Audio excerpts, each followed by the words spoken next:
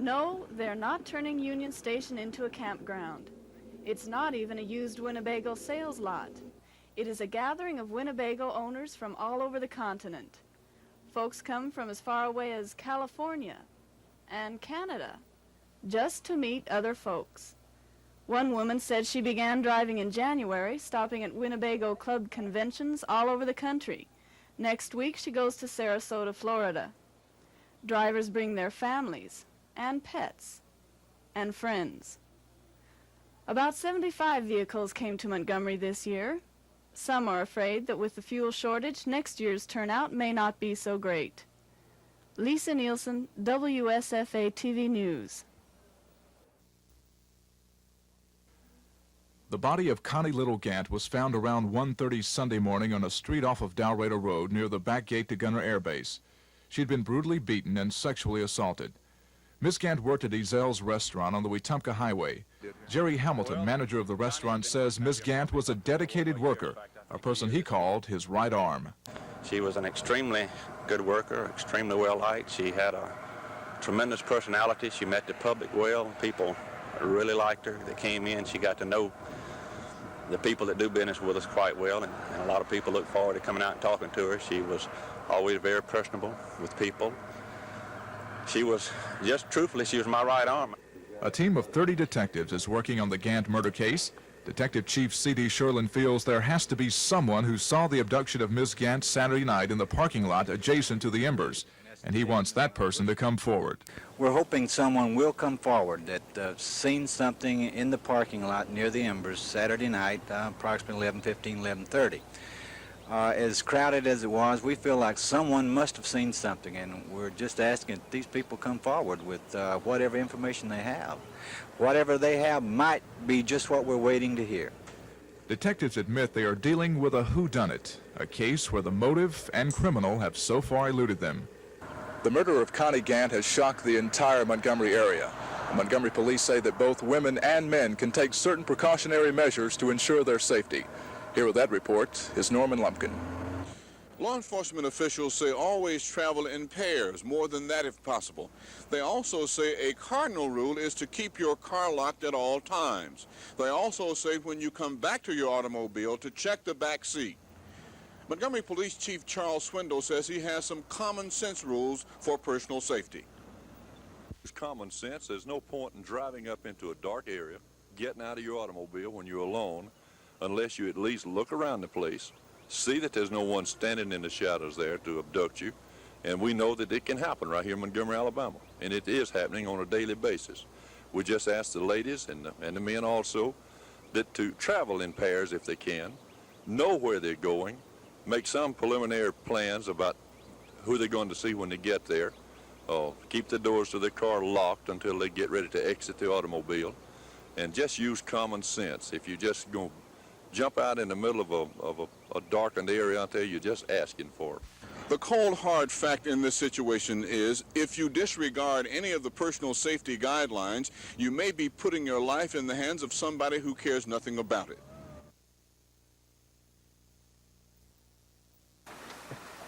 That's all we have at this time. No offense. Thank you, Sam. Report back to this commission progress of it, and just not to... Determination made quite some time ago, recent determination of what the disease was.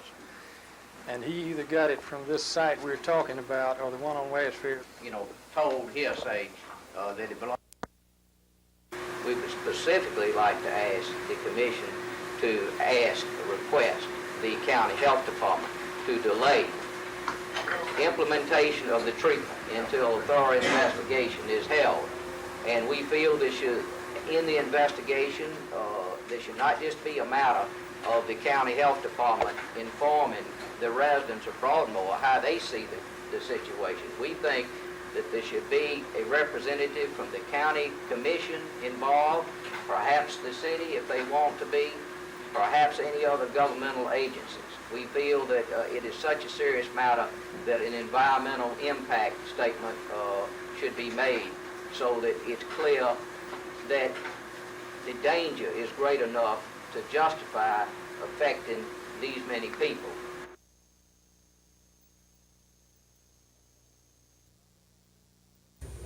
Most Alabamians probably don't think about recreational needs for the future, but the Scorp Council is trying to change that.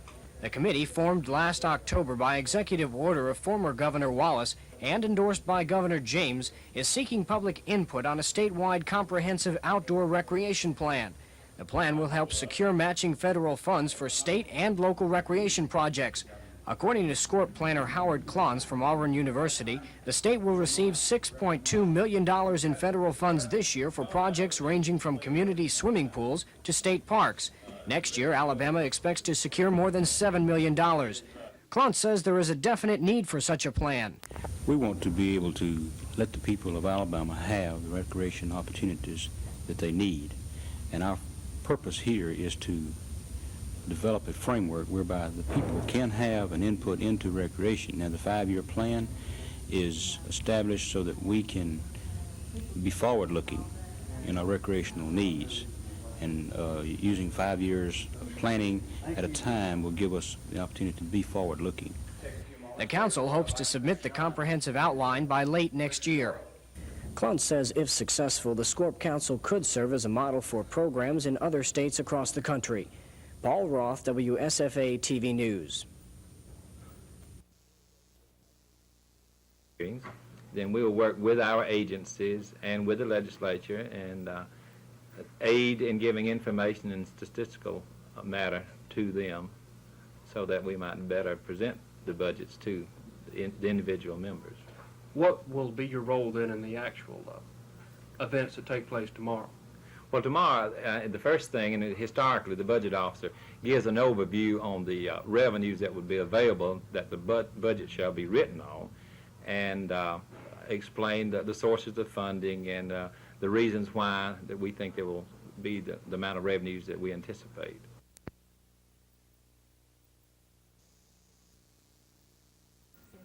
On Wednesday of next week, the schools in the Pike County system will lock their doors and cease to function. The Pike County Board of Education made the decision to close the schools in an emotional session in the office of Superintendent Don Walker. The vote was reluctant, but nonetheless unanimous. Superintendent Walker told the board and reporters the action was necessary. One, the proration, which affected the Pike County school system, approximately $139,000. The second factor is we had reassessment of property here in Pike County, which took $66,000 more from the Pike County school system, in which we have not received 1 penny in return for that. It was just sunk cost as far as we're concerned. And the third, in the last 2 years, the legislature has passed bills mandating raises for support personnel in our system without providing full refund or without giving us the money to pay these employees. They just ordered that it be done and then left it up to us to find the money to pay them. After the discussion, each of the board members in turn signed the resolution, which closes the county system for an indefinite period. The board members also answered questions, and 2 Pike County High School seniors appeared to tell the board of their reaction to the news. Linda Mobley said she felt robbed.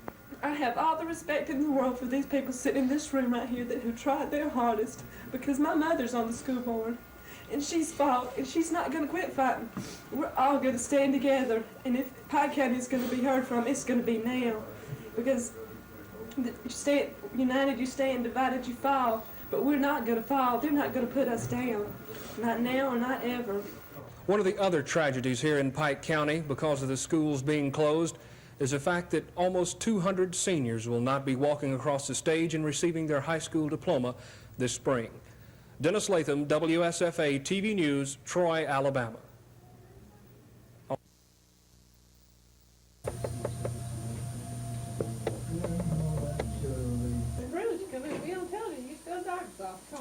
Movie star out of you yet.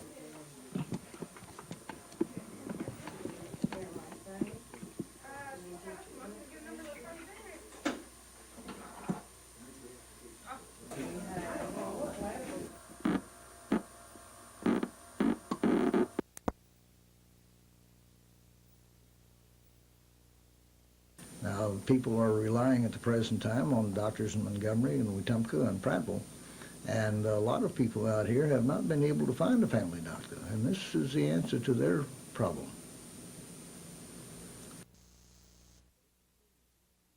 The great power rate debate continues, and once again, it looks like the consumer will be the loser. Yesterday, Public Service Commission President Juanita McDaniel predicted power blackouts this summer unless Alabama Power Company is granted another rate increase. Today, company spokesman Bryant Allen said yes, the situation is serious, but blackouts are not imminent. Allen says because the utility is short of funds, they've bought less coal this year and completely stopped work on a construction program. However, the company says they can meet power needs this summer. We have enough nameplate capacity, that is, generation facilities with the ability to produce electricity to probably meet that peak this summer. Now, 1980 may be a different story, but the coal stockpiles and the overloaded conditions on some of our transmission facilities is what's worrying us right now for this summer. Earlier this month, the PSC approved a 9.5% emergency rate hike, but the utility says it needs an additional 23.5% increase to resume construction and meet future power needs. A combined 33% increase would push the cost of 1,000 kilowatt hours from nearly $40 up to $52. The rates in Alabama do not cover the cost to produce electricity. Now, they must cover that cost, or there's going to be a short supply.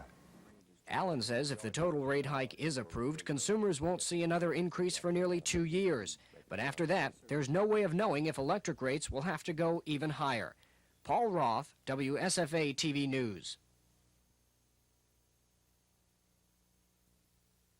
Pleasure for me today as mayor of the city of Montgomery to recognize the good work that you do, opportunities of relieving their economic and psychological dependence on public facilities. What's your name, Chuck? Glad to see you. What's your name? Glad to see you. It's good. You know that youth is our greatest resource. We feel very strongly here in Central Alabama that we feel that instead of investing in jails, we ought to invest in jobs. Thank you very much. Well, I think this is great, that if we can get our young people meaningful employment and train them in some way in the free enterprise system, that we're way ahead of the game. And that's what we want to do, and that's why it's such a pleasure to. The Newtown Community Center is one area which was to have received some of the HUD money, but that money is tied up even before the city gets it. The funds are to be used for road and drainage work and improvement of public facilities. The City Council approved a plan for allocation of the money last October, but Councilman Joe Reed complained that his districts didn't get enough money and white districts got too much.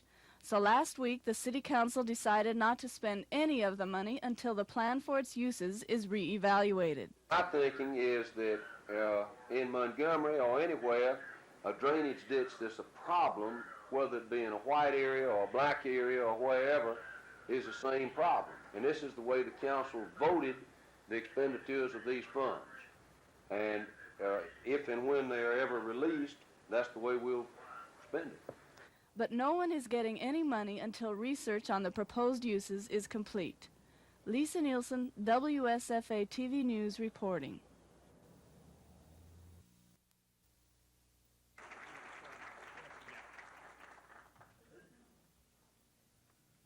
Note that we have Judge Tyson here and Judge. Now, you hear a lot of talk probably about how removing constitutional status from earmarked funds may ruin the purposes for which those funds are earmarked. But I don't believe this proposal materially jeopardizes the protection afforded by earmarking, because most of the funds in this state that are earmarked are not earmarked in the Constitution. They're earmarked by legislative act. The Constitution proposed by Governor James would treat all earmarked funds like those 65% that are earmarked now by statute for education, would treat them as though they were earmarked by statute. But no money that is now earmarked would be unearmarked by the proposed Constitution. It leaves the question of earmarking up to the legislature to decide. The legislative budget hearings began with House Speaker Joe McCorkadell producing a list comparing the facilities and personnel of state agencies. The study compares the years 1968 with 1973 and the current conditions. The Speaker said this could be used in evaluating the track record of the various agencies. Also appearing before the committee for procedural briefings was Legislative Fiscal Officer Rex McDowell. The main opening information was provided by Budget Officer Jimmy Rayford, who started off with a statement about where the tax revenues come from for the general fund. I don't know how many of you are familiar with the taxes that go into the general fund, but there are some 35 or 40 taxes, and most of them are very stable and have very little influence with the economic pressures on our society. Rayford continued to explain the budget situation from the last fiscal year and that once again Medicaid costs continued to rise uncontrolled. The information upon which the committee and the legislature will base its general fund budget for fiscal year 1979-80 are the revenue projections compiled by various departments of government, including the Budget Office. With careful study, with all the statistical records and that was available to the Budget Office, and to working very closely with Mr. Egerton and his staff in the Research Division of the Department of Revenue and any other agencies that collected taxes that go into our various funds, we arrived at a projection of revenues for the general fund for 79-80 fiscal year of approximately $260 million. And bear in mind, we're collecting about 242 this year, so this is approximately a $22 million increase. He said any surplus in the general fund from this year will be affected by how much money is given out in supplemental appropriations during this session. In talking about education trust fund conditions, Budget Officer Rayford told the committee that education will have to live next year on very little, if any more money, than it is spending now. Some officials directly connected with the state's finances say that state agencies are taking a more realistic view toward the budget this year.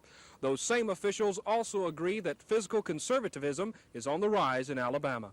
Dennis Latham, WSFA TV News at the Capitol. He pled guilty to a felony count. Along with this, he was placed on probation, and part of his probation was to have Dr. Thorstad work for free for 4 months in giving medical assistance to the underprivileged and those people who are unable to pay for medical assistance. And at the end of that 4-month period, he is to surrender his license and not practice medicine again in this state. But in addition to that, he was required to make restitution to the state, and at this time, I'd like to present a check to Commissioner Jack Worthington in the amount of $90,000, Commissioner, that these gentlemen right here were responsible for collecting. I hope that that helps out the state budget and your group out there, and we're going to continue to do that. And the policy that this office is going to try to adhere to and look forward to moving in the future is to strictly construe the languages that are set forth in the legislature and not allow the liberal construction that has been taking place in the past that has handcuffed businesses. We feel like there has been some great concern from most of the community in the state of Alabama and throughout this country that the regulation of government has gotten just too big.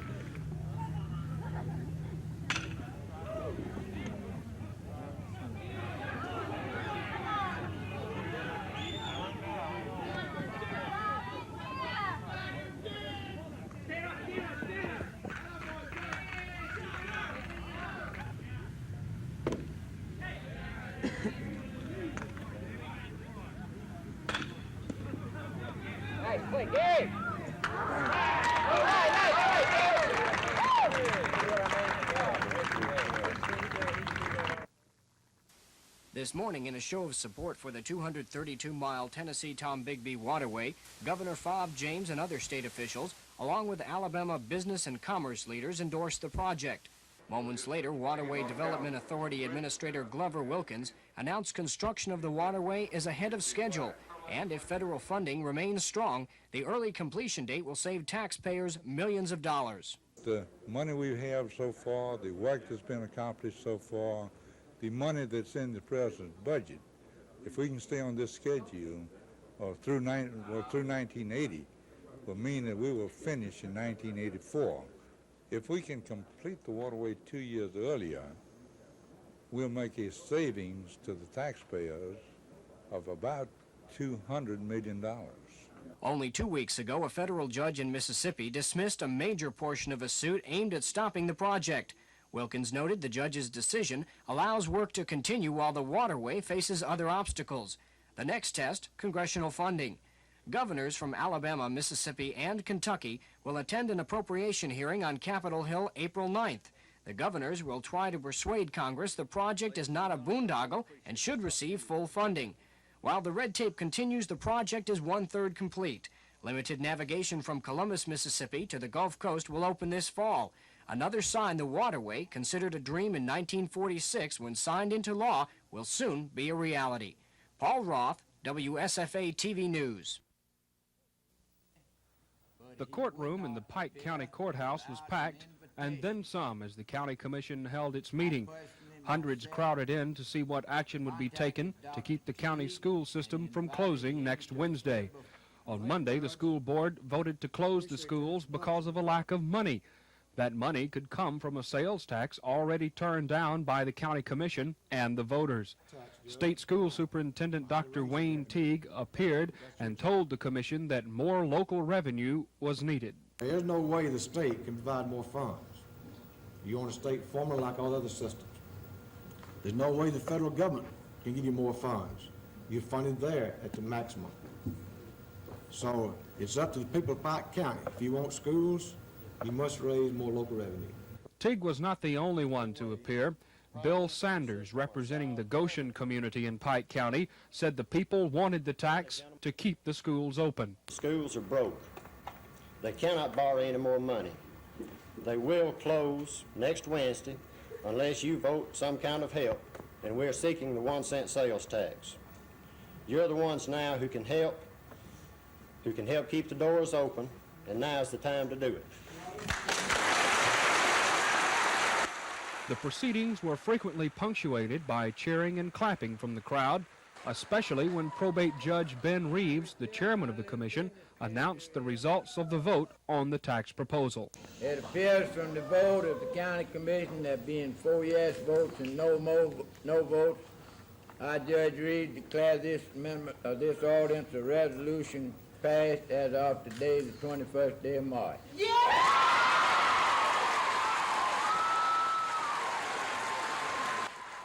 Reeves said the additional tax would generate about $600,000 a year, with 48% of it going to the city system and 52% to the county. School board officials said meanwhile that they would rescind the order for the closing of the schools as soon as possible. Even though the sales tax passed today by the Pike County Commission will not take effect until May 1st, school officials here say that that action by the board will enable them to borrow enough money to operate the schools until the revenues begin coming in. Dennis Latham, WSFA TV News, Troy, Alabama. With the Rehabilitation Center and giving clients an opportunity to provide some others before we make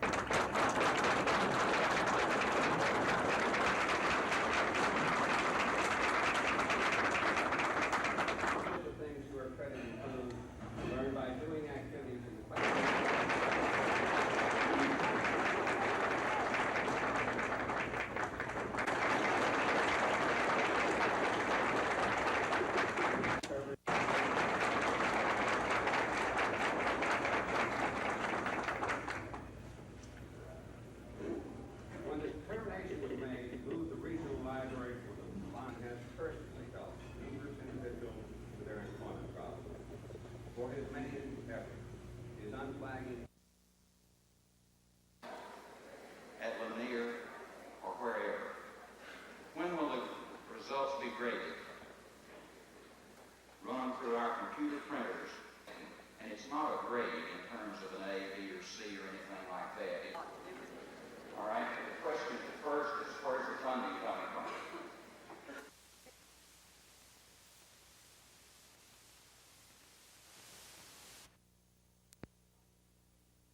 I would encourage you to consider that although this test has nothing to do with you graduating, it has nothing to do with you passing from one grade to another. I hope to goodness it has nothing to do with your last 6 weeks grade. It has nothing to do with your semester exam. It has a great deal to do with your educational future and the educational future of our state. And so let me encourage you with all of the diligence I can muster to do your very best, because to do less would not be fair to you first. It would not be fair to your school. It would not be fair to your school system, nor to the state.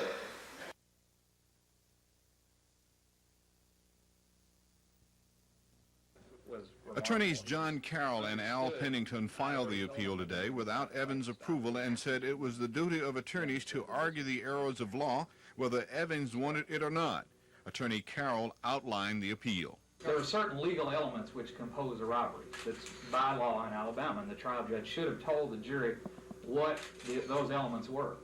He did not, and we argue that that is an error that should merit reversal.